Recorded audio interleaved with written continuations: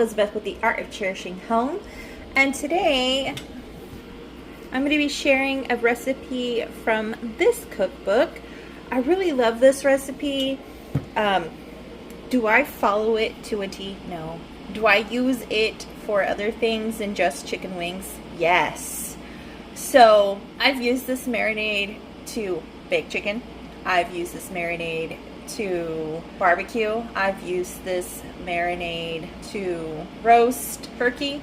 So I know it doesn't call for onion, but I add onion and actually add more garlic. But I'm showing you the recipe so that way I can give the original person who owns this Piri Piri recipe credit. I have roughly about 25 cloves of garlic. Did I go over? Yeah. Am I going to use it all? If you want to use less garlic, go ahead and use less. Your food after all. Go ahead and chop this up. I know in the recipe it calls for you to use mortar and pestle or a food processor to grind it up to create a paste to put on the chicken or turkey. But I'm not going to do that. Not feeling that today. You're going to want a glass bowl for this marinade because if you use plastic, it will stain. It'll stain. It will ruin whatever bowl you put in that's not glass. I'm just giving you a heads up.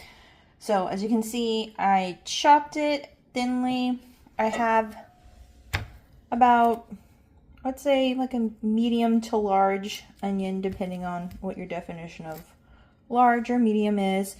And I'm going to chop this up. Does the recipe call for it? No. But do I like adding it? Yes. Now that the onion is diced, I'm going to put it into the bowl. So we're going to go with 1 tablespoon of kosher salt. And I am following the recipe right now. And it goes. I'm going to go in with a tablespoon of paprika. So the original recipe calls for 1 bay leaf crumbled, but we're going to do 2 because I like bay leaf. I'm going to crumble this up. If you decide to use this marinade for your turkey for Thanksgiving, use a high quality butter. If you're not going to use it for a turkey, go ahead and use olive oil. Now that that's crumbled up, I'm going to move on to the next step, which is to use cilantro. You can alternatively use parsley if cilantro tastes like soap to you. At this time, it says 2 tablespoons of finely chopped cilantro or parsley. Does this look like 2 tablespoons to you? It's not. It's probably more. Do I care? No. Am I going to do it? Yes. So you do you. You want to do 2 tablespoons or you want to do the healthy amount that I'm doing? You do you. Okay? Now that it's all finely chopped up, I'm going to put it into the bowl. I'm going to use 1 teaspoon of turmeric powder. And this is why I said use a bowl that won't stain because there's going to be turmeric powder. And I'm going to go ahead and put this in. You can add more if you want. We'll see. I might add more later. We'll figure it out. So in the recipe, it calls for half a teaspoon of ground black pepper, but I'm just gonna eyeball it. I'm gonna measure that stuff with my heart. All right, so here comes the part to add the chili or the piri piri part. So I do not have garlic chili paste, you know, the Chinese one that I usually substitute for the chili paste for the Portuguese version. I forgot to buy it, but I have crushed red chili flakes. So I'm going to use the flakes, or you could use hot sauce. Your options are endless. You choose. And I'm going to go in with 2 tablespoons. 1. And we're going to get the second one. 2. You could do 3 or 4. It depends on how spicy you like it.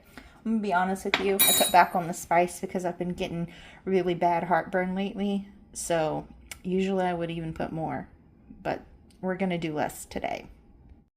So we have some ground cumin powder and we're going to go in with 1/4 teaspoon. Add more or less depending on what you want. It's up to you. So I would use apple cider vinegar because red wine vinegar just doesn't hit the same in this recipe. So you're gonna do half a cup of the apple cider vinegar into the mixture. We might do more depending on how much chicken I put in, okay? You're gonna get 1/4 cup of brandy. And yes, I use this brandy specifically for this recipe, so you know I like to make it a lot. And the brandy goes. Okay, get some extra virgin olive oil. Make sure it's the good stuff. Don't skip out on this. There's only a few things I will be a snob about, and one of them is olive oil. You're gonna get about a cup of olive oil in here, okay? In the olive oil goes. Make sure you get all of it out. Don't waste olive oil. And then we're going to mix it, and then we're going to put in our chicken. I know it says chicken wings, but I like to use it for chicken legs and chicken thighs. So that's what we're using. You're going to get a spoon that you don't care about and mix this all together. I know it's supposed to be a paste, but we're just not rolling that way today.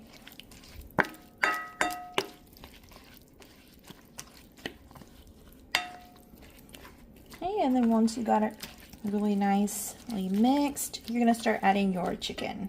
So I'm gonna put the whole packet of chicken drums into the marinade because I decided I wanted to do chicken drums.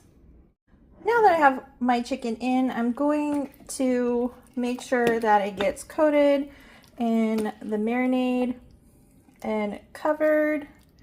I'm using a spoon because I don't want to touch raw chicken with my hands. So if you touch raw chicken with your hands, you do you, and I'll do me. Okay. Now that the chicken is coated, I'm going to put some aluminum foil or saran wrap and pop it into the fridge. Let it marinate for at least 3 hours. If you do longer, it's just going to taste better, just so you know.